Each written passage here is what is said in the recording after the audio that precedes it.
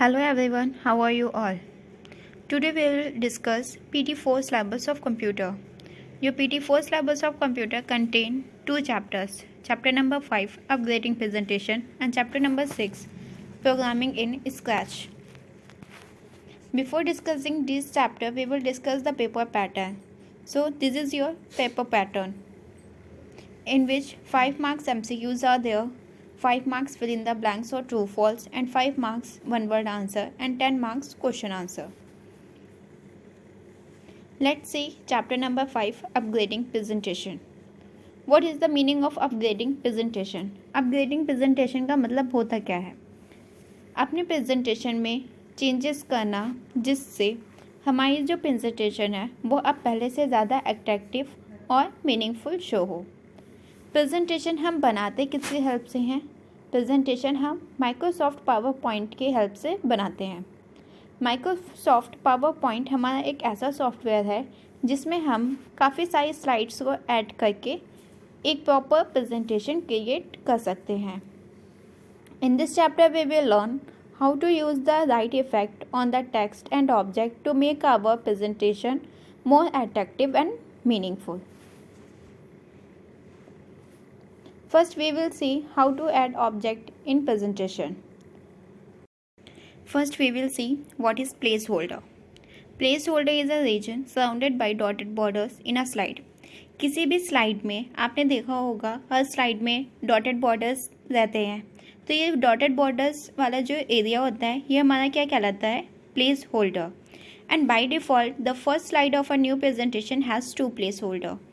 By default हमारे किसी भी प्रेजेंटेशन की जो फर्स्ट स्लाइड होती है उसमें 2 प्लेस होल्डर रहते हैं.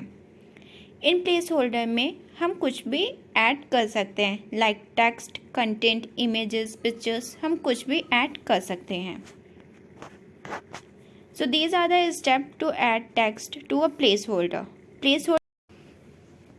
Follow the following step to add text to a placeholder. किसी भी placeholder में text add करने के लिए हमें कुछ steps follow करने रहते हैं. So first step is move the cursor to the click to add title placeholder and click it. पहला step क्या है कि हमारा जो placeholder है जहाँ पे लिखा रहता है click to add title, आपको अपने माउस का कर्सर वहाँ पे ले जाना है और वहाँ पे ले जाके क्लिक करना है. Second, type the title of the presentation in the place holder. अब आपको क्या करना है, आपने वहाँ पे कर्सर ले जाके क्लिक तो कर दिया, अब आप क्या करेंगे, आप अपना प्रेजेंटेशन का टाइटल टाइप करेंगे. Third step is likewise move the cursor to the title, click to add subtitle placeholder and click it. Then type the subtitle of the presentation in the placeholder. Similarly जैसे हमने title type किया है ऐसे ही हमें सब title type करना है. Next is editing text with word art. अब हमें क्या करना है, हमें टेक्स्ट को एडिट करना है with the help of word art. First we will see what is word art. Word art is a feature in PowerPoint that allow you to add decorative text to your slides. It is a text styling tool that enables user to easily create eye-catching headlines and title. Word art is a feature that create text effect which are not available through font formatting. Word art करता क्या है? Word art हमारे text को format करता है. Text को format करता है, लेकिन कैसे फॉर्मेट करता है? ऐसे फॉर्मेटिंग फीचर ये प्रोवाइड करता है जो हमारे फॉन्ट फॉर्मेटिंग में अवेलेबल नहीं रहते हैं. वर्ड आर्ट की हेल्प से हम अपने फॉन्ट के साइज़ को, कलर को, शेप को, डिज़ाइन को चेंज कर सकते हैं. Let's see the step to insert the word art. First select the text in the place holder.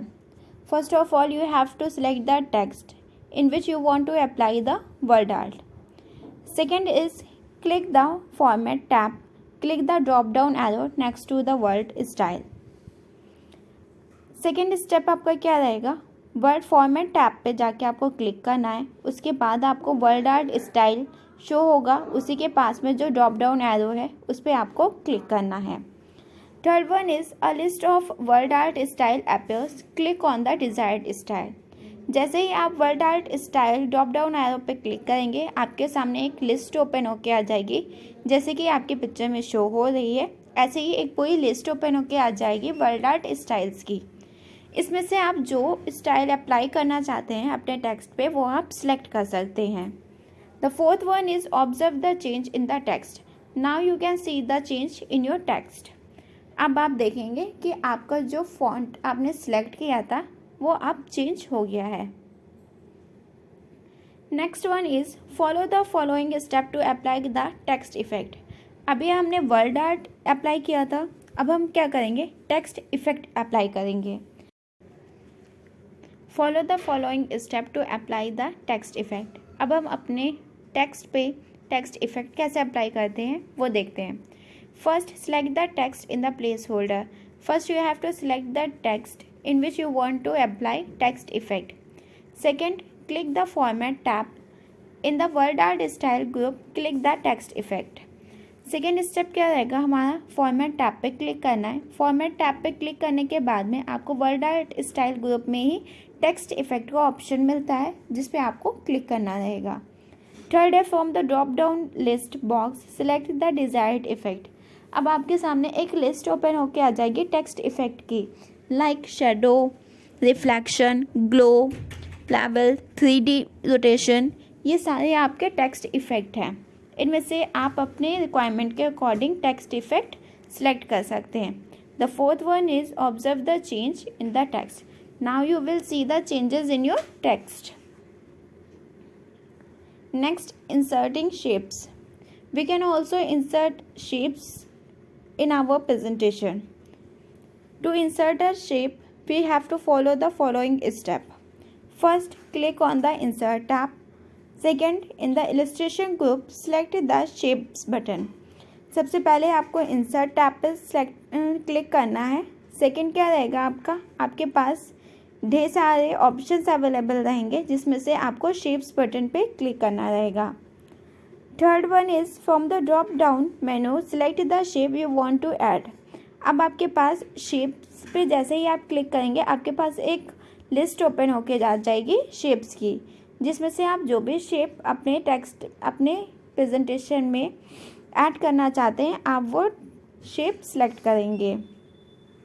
Fourth one is to draw the desire shape click and drag the mouse to the slide. Fifth one is release the mouse button and sixth one is the chosen shape will appear on the slide. जैसे आप drawing में करते हैं, कोई भी shape select करा, फिर अपने माउस कर्सर को कैनवास पर ला के माउस बटन को प्रेस करके वो शेप ड्रॉ करते हैं and then you will release the mouse button. ऐसे ही आपको प्रेजेंटेशन में भी करना है।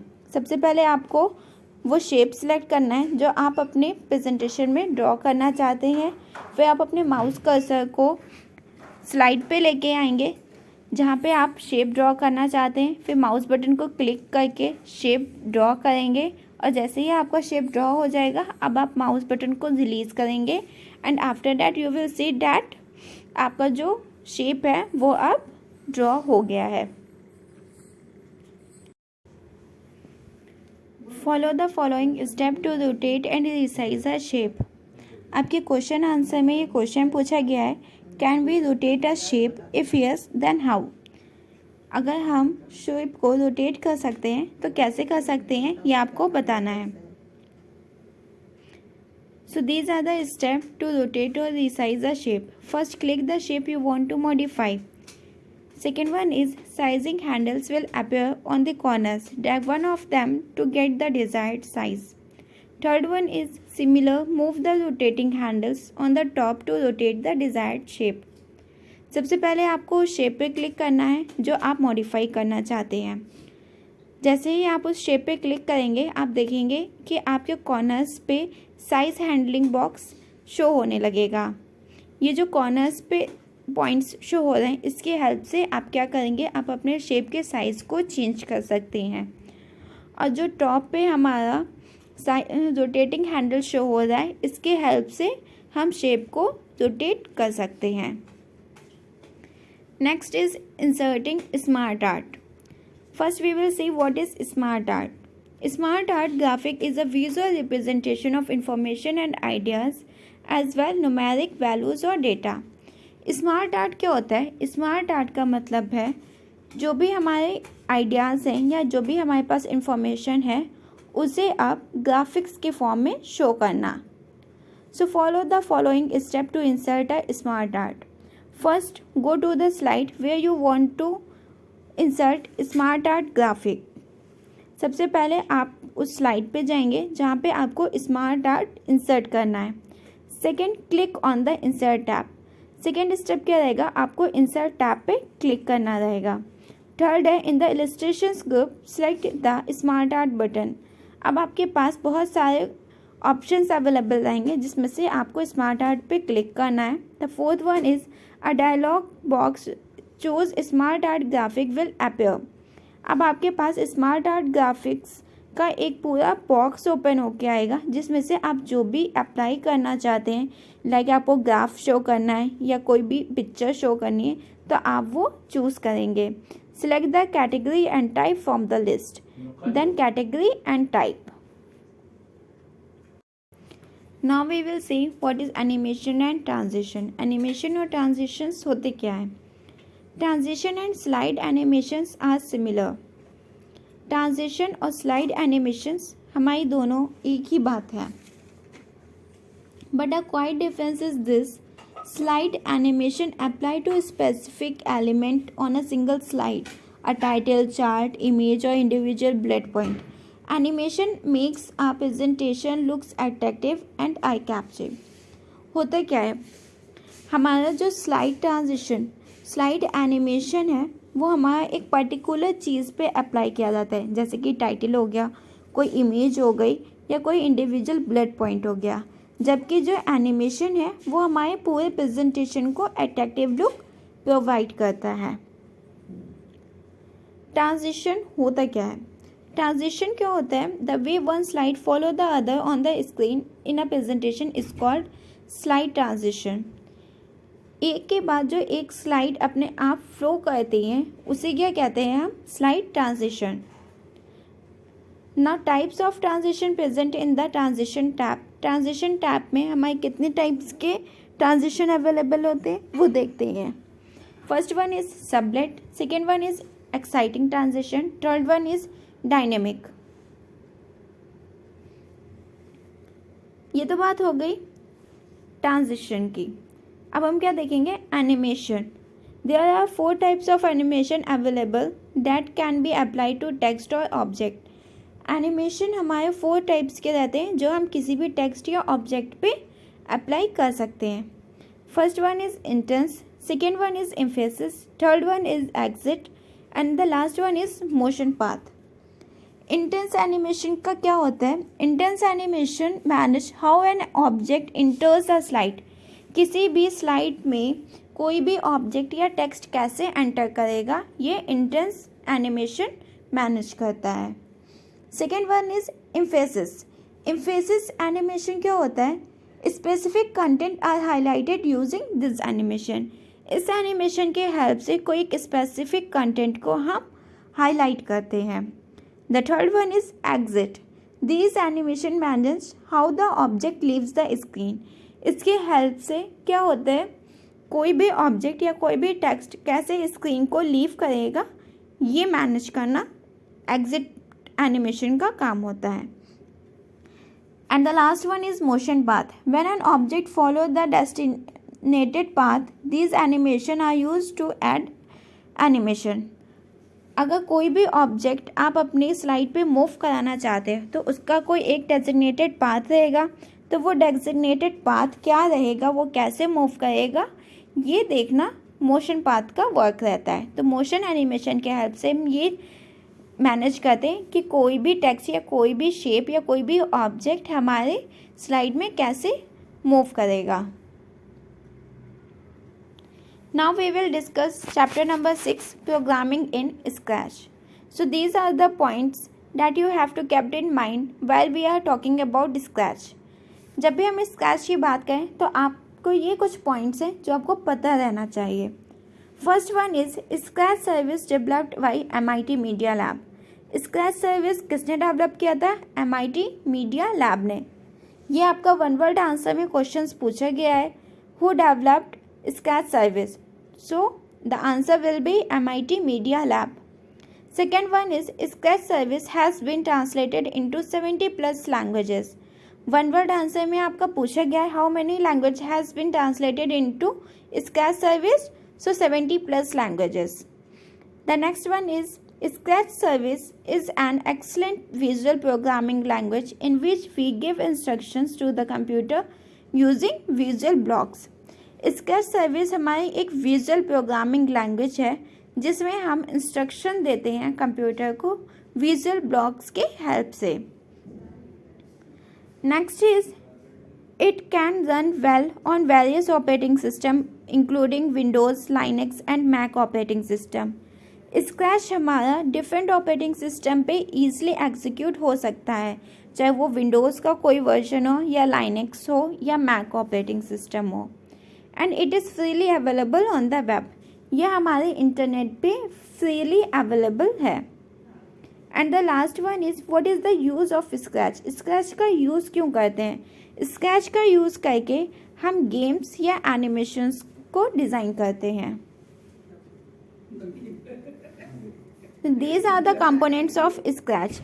जैसे ही हम स्क्रैच को ओपन करते हैं हमें कुछ इस तरह की विंडो दिखती है। इसमें क्या है, इसमें हमारे डिफरेंट टाइप्स के कंपोनेंट हैं जो आपको पता होना चाहिए। सबसे फर्स्ट पे है हमारा मेन्यू बार। मेन्यू बार क्या होता है? The menu bar has a variety of menus and icons including file, edit, tutorial etcetera.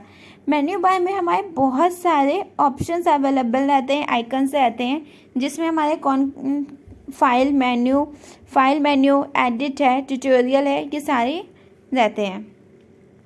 After that title bar. Menu bar के पास में ही हमारा क्या रहता है? टाइटल बार। टाइटल बार क्या करता है? Title bar shows the name of the project. हम कौन से प्रोजेक्ट पे वर्क कर रहे हैं ये हमारा कहाँ पे शो होता है? टाइटल बार में। Then after that script area. Script area क्या होता है? Script area is where you add blocks to write the script for a sprite. ये हमारा वो एरिया है जहाँ पे हम ब्लॉक्स की हेल्प से स्क्रिप्ट लिखते हैं। स्क्रिप्ट मतलब program. For a sprite. Sprite क्या होता है? Sprite is a tiny graph that roams on the stage. ये हमारे जो आप देख रहे हैं स्टेज पे ये छोटा सा जो ग्राफिक है दैट इज़ कैट, ये हमारा क्या है? स्प्राइट। अब हम क्या करते हैं, हम यहाँ पे स्क्रिप्ट एरिया पे ब्लॉक्स लिखते हैं, जिसकी ब्लॉक्स के हेल्प से हम स्क्रिप्ट लिखते हैं और इस स्क्रिप्ट की हेल्प से हम इस स्प्राइट को कंट्रोल करते हैं। स्क्रिप्ट, स्प्राइट, स्क्रैच, ये सारे हमारे जो पॉइंट्स हैं बहुत कंफ्यूजिंग है, तो ध्यान से सुनिए। स्क्रैच क्या है? स्क्रैच हमारी प्रोग्रामिंग लैंग्वेज है। ये जो कैट हमारी जो स्क्रीन पे शो हो रही है ना, ये जो कैट है ये इसे हम क्या कहते हैं? स्प्राइट। ये हमारा क्या है? ये हमारा स्क्रैच का मास्कोट है। बाय डिफ़ॉल्ट जो मास्कोट रहता है हमारा स्क्रैच का वो क्या रहता है? कैट। तो ये जो कैट है ये हमारा क्या है? स्प्राइट। स्क्रिप्ट क्या है? जो भी प्रोग्राम हम लिख रहे हैं वो क्या कहलाता है? स्क्रिप्ट। और स्क्रिप्ट कहाँ पे लिखी जाती है? हमारी स्क्रिप्ट एरिया पे। और ये जो कैट जहाँ पे ये घूमती है इसे हम क्या कहते हैं? Stage area. So please don't get confuse in all this terms.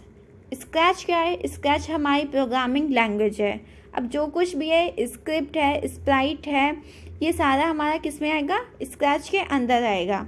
सबसे पहला पॉइंट क्या रहेगा? स्क्रैच। स्क्रैच क्या है? हमारा प्रोग्रामिंग लैंग्वेज। कैसी प्रोग्रामिंग लैंग्वेज है?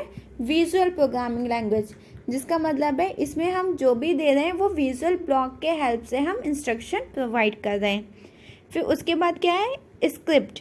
स्क्रिप्ट क्या है? हमारा प्रोग्राम जो हम किसके हेल्प से दे रहे हैं? विजुअल ब्लॉक्स के हेल्प से।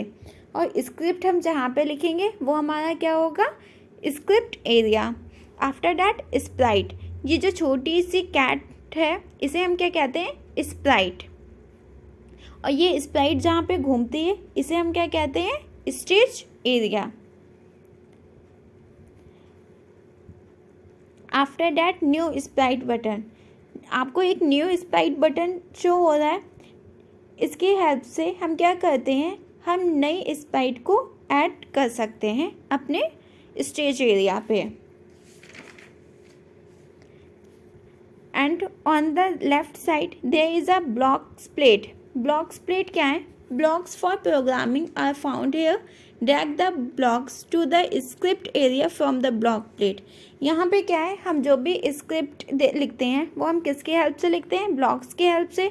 तो वो ब्लॉक्स हमें कहाँ से मिलेंगे? इस ब्लॉक प्लेट से। Got it everyone? Next, now we will see sensing blocks. Sensing blocks क्या करेंगे? सेंसिंग ब्लॉक्स नाम से ही पता चल रहा है, कुछ सेंस करेंगे, मतलब डिटेक्ट करेंगे, कुछ सेंस लगाना है यहाँ पे हमें। तो ये क्या होते हैं? ये हमारे लाइट ब्लू कलर के ब्लॉक्स रहते हैं, जिसकी हेल्प से क्या रहता है, स्क्रिप्ट ये डिटेक्ट करता है कि क्या कोई एक्शन परफॉर्म हो रहा है। जैसे कि हमें कोई कीबोर्ड से इनपुट आया है, या माउस से हमें कोई इनपुट मिला है, या माउस का पॉइंटर हमारे स्प्राइट से भी कितनी डिस्टेंस पे है, ये सारा कौन डिटेक्ट करता है? Sensing blocks.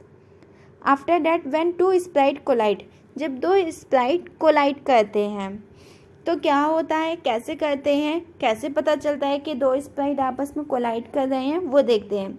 It is use to detect a sprite and respond to contact with another sprite on the stage.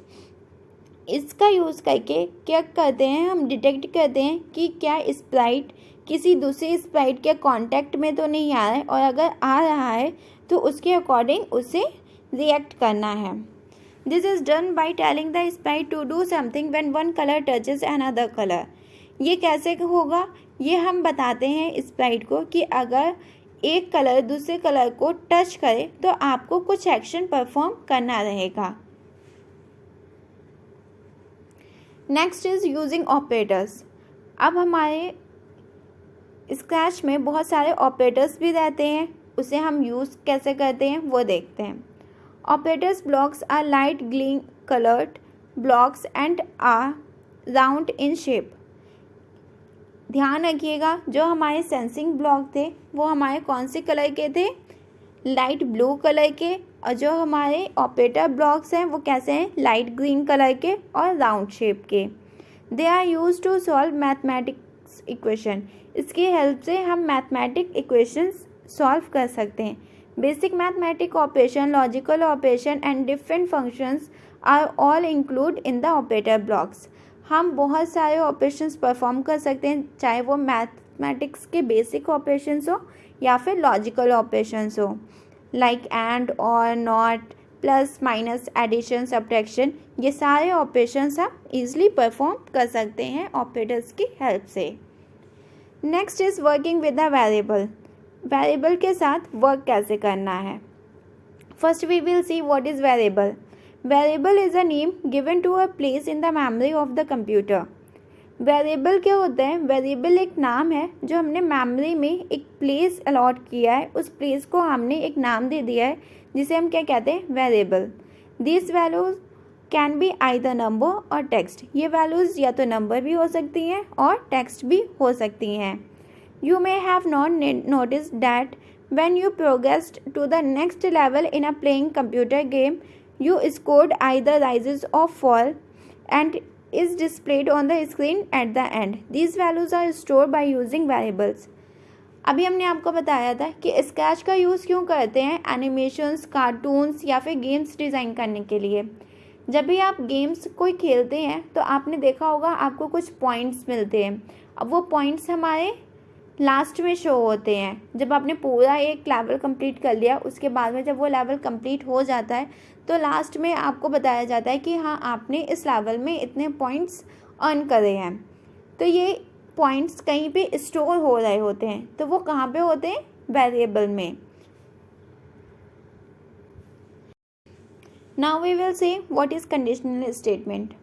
आपके क्वेश्चन आंसर में पूछा गया है ना, what do you mean by conditional statement. Conditional statement का मतलब क्या है? When we want to perform different program in different way in different situation, then we will use conditional statement. जब हम चाहते हैं कि हमारा प्रोग्राम डिफरेंट सिचुएशन में डिफरेंट एक्शन परफॉर्म करे तो उस टाइम पे हम कंडीशनल स्टेटमेंट का यूज़ करते हैं। स्क्रैच में हमारे पास काफ़ी सारे कंडीशनल स्टेटमेंट रहते हैं। पहला है हमारा wait 1 second, repeat 10, if, forever if then. These are the conditional statement that are present in the scratch. ये हमारे स्क्रैच में रहते हैं। सबसे पहले देखते हैं वेट 1 क्या करता है। Wait 1 second blocks halts the script execution for some duration as mentioned in the block. इसकी हेल्प से अगर हम कोई प्रोग्राम चाहते हैं कि वो पर्टिकुलर टाइम के लिए एग्जीक्यूट ना हो तो हम क्या करेंगे, वेट 1 सेकेंड का ब्लॉक जो होगा हमारा वो यूज़ करेंगे और उसमें हम अपना टाइम ड्यूरेशन मेंशन कर दें कि इतने टाइम के लिए। फॉर एग्जांपल हम चाहते हैं कि कोई प्रोग्राम 5 मिनट के लिए एग्जीक्यूट ना हो तो हम क्या करेंगे, वेट 1 सेकेंड ब्लॉक में अपना टाइम ड्यूरेशन लिख देंगे 5 मिनट्स। तो उसमें क्या होगा, हमारा जो ब्लॉक होगा पूरा प्रोग्राम एग्जीक्यूट हो रहा होगा कॉन्टीन्यूसली। जैसे ही ये वाला ब्लॉक आएगा तो वो क्या करेगा, 5 मिनट के लिए वो प्रोग्राम को एग्जीक्यूट करना बंद कर देगा। जैसे ही 5 मिनट हमारे कंप्लीट होंगे वो प्रोग्राम फिर से एग्जीक्यूट होना स्टार्ट हो जाएगा। After that repeat 10 block, repeat a set of instruction a specified number of times. अगर आप चाहते हैं कोई एक पर्टिकुलर एक्शन पर्टिकुलर टाइम्स के लिए परफॉर्म हो तो आप क्या करेंगे, रिपीट 10 ब्लॉक्स का यूज़ करेंगे। जैसे कि मैं चाहती हूँ कि हमारी 1 to 10 काउंटिंग प्रिंट हो तो क्या करेंगे, हम रिपीट कर देंगे 1 to 10, मतलब जब तक 10 ना आए 10 टाइम्स उसको रिपीट करना है और हर बार में नंबर प्रिंट होता है 1, फिर +1 होके नंबर प्रिंट होता है तो हमारा क्या होगा, 1 to 10 तक काउंटिंग प्रिंट हो जाएगी। After that if, in if then block, the script inside it will execute only if the condition given after if is true. If the condition is false, no code is executed. if then block में क्या होगा, if then block में क्या करते हैं, आपको एक condition दे दी जाती है, अगर वो कंडीशन सही है तो then वाला ब्लॉक एग्जीक्यूट होगा, अदरवाइज एग्जीक्यूट नहीं होगा। फॉर एग्जाम्पल मैंने लिख दिया if marks is greater than 30 then print pass। If में मैंने कंडीशन दे दी है मार्क्स इज़ ग्रेटर देन 30, अगर मार्क्स 30 से ज़्यादा हो तो क्या करना है, प्रिंट कर देना है पास, और अगर 30 से कम हो तो डैट मीन्स वो बच्चा फेल है तो क्या होगा, तो हमें कुछ भी प्रिंट नहीं करना है। तो यहाँ पे हमने कंडीशन लगा दी, अगर मार्क्स 30 से ज़्यादा हैं तो पास प्रिंट करना है वरना कुछ भी प्रिंट नहीं करना है। ऐसे ही हमारा इफ़ एल्स है। इफ़ एल्स में क्या होता है, अगर इफ़ वाली कंडीशन हो तो इफ़ के बाद में वाला जो देन है वो वाला एग्जीक्यूट हो जाए, और अगर इफ़ वाली नहीं है तो एल्स वाली कंडीशन चेक करो तो एल्स के साथ में जो देन लिखा है वो एग्जीक्यूट हो जाए। इफ़ देन एल्स देन, ठीक है। जैसे मैंने लिख दिया if marks is greater than 30 then print pass. If marks is less than 30 then print fail. अगर मार्क्स 30 से ज़्यादा है तो पास प्रिंट कर दीजिए, और अगर 30 से कम है तो फेल प्रिंट कर दीजिए। Last one is in forever block a set of instruction keep repeating until the interrupted block the stop block is pressed. Forever block में क्या होता है, फॉरएवर ब्लॉक क्या करता है, कोई भी इंस्ट्रक्शन कॉन्टीन्यूसली एग्जीक्यूट करता रहता है, और कब तक करता रहता है, जब तक जो है कोई स्टॉप बटन प्रेस नहीं करेगा। मतलब ये infinite number of times instruction को एग्जीक्यूट करेगा, और ये कब तक नहीं स्टॉप करेगा एग्जीक्यूशन को, जब तक कोई स्टॉप बटन को प्रेस नहीं करेगा। So this is the revision of your PT4 syllabus chapter number 5 and chapter number 6. Please keep studying. Thank you class.